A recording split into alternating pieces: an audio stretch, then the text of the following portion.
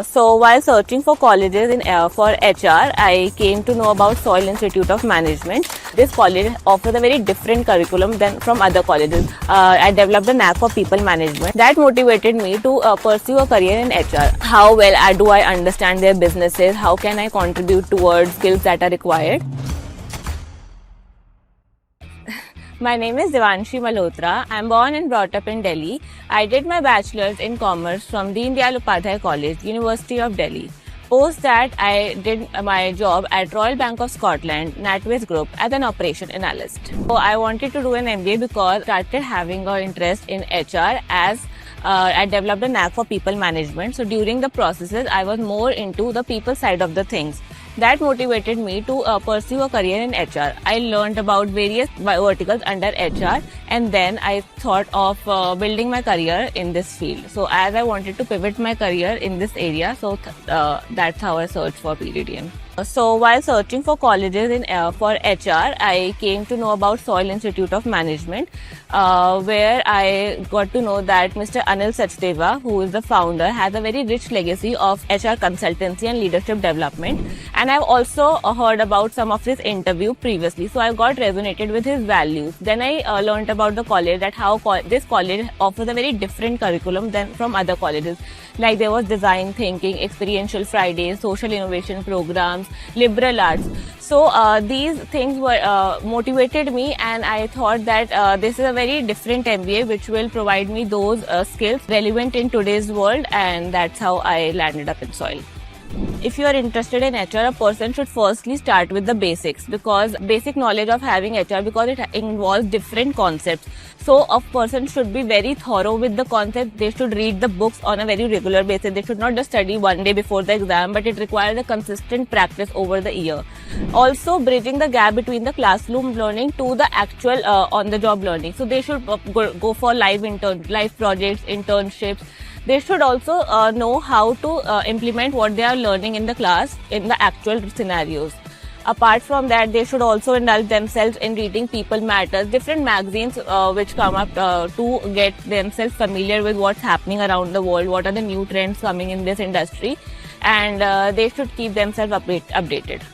So, initially people only think of HR as a talent acquisition, that they just hire people and fire people. But HR is a very broader concept. It involves various verticals from learning and development, training, performance management, compensation and rewards, talent acquisition, employer branding.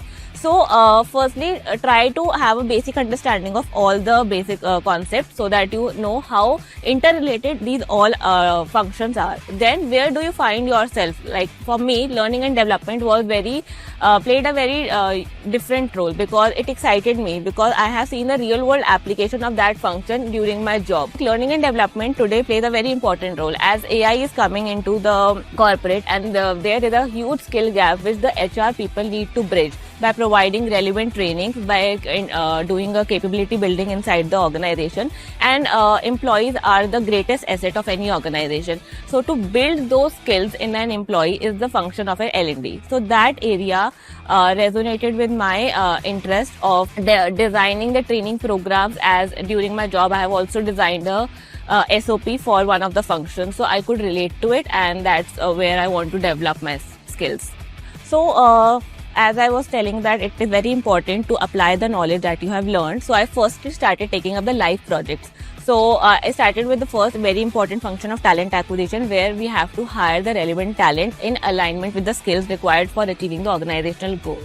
I am a part of a HR Academy, from where I got the networking opportunities, and through that network I asked for some good live projects where I can hone my skills.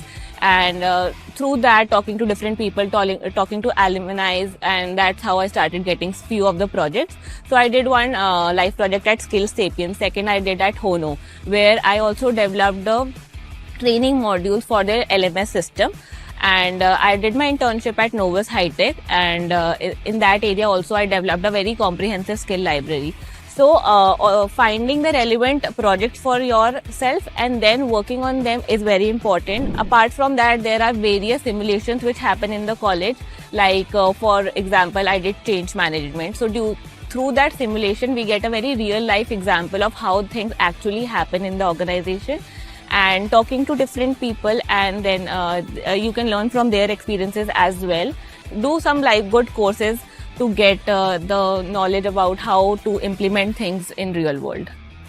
Okay, so I got placed at Writers Corporation. It was founded in 1953 and it is based out of Mumbai. It is into 4 verticals. First is cash and ATM management, global relocations, information management, and hospitality. So these are the 4 verticals, and my role there is of a HR VP. So I will be getting exposure into different verticals of the HR. I would help them in different projects for the first year.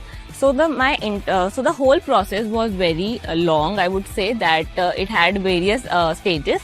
So the first stage was of resume shortlisting. After shortlisting my resume, there was an aptitude test. In that, there was also some personality questions. After clearing that, there was first round of PI, in which they check my basic knowledge about HR. There were questions from my CV.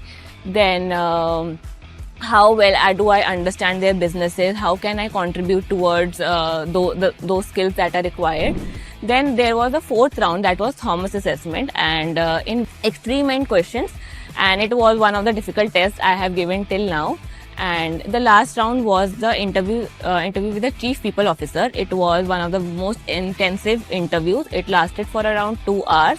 So they asked me about everything from my basic knowledge about each and every subject, the application of different concepts, or how I can apply those skills in the real life situation. They also asked me various situational questions, like how would I behave in some situations. So basically they were checking what potential I carry in myself and how would I be a perfect fit. They were not just looking for my academics or something, they were also checking how if I am culturally fit into their organization or not.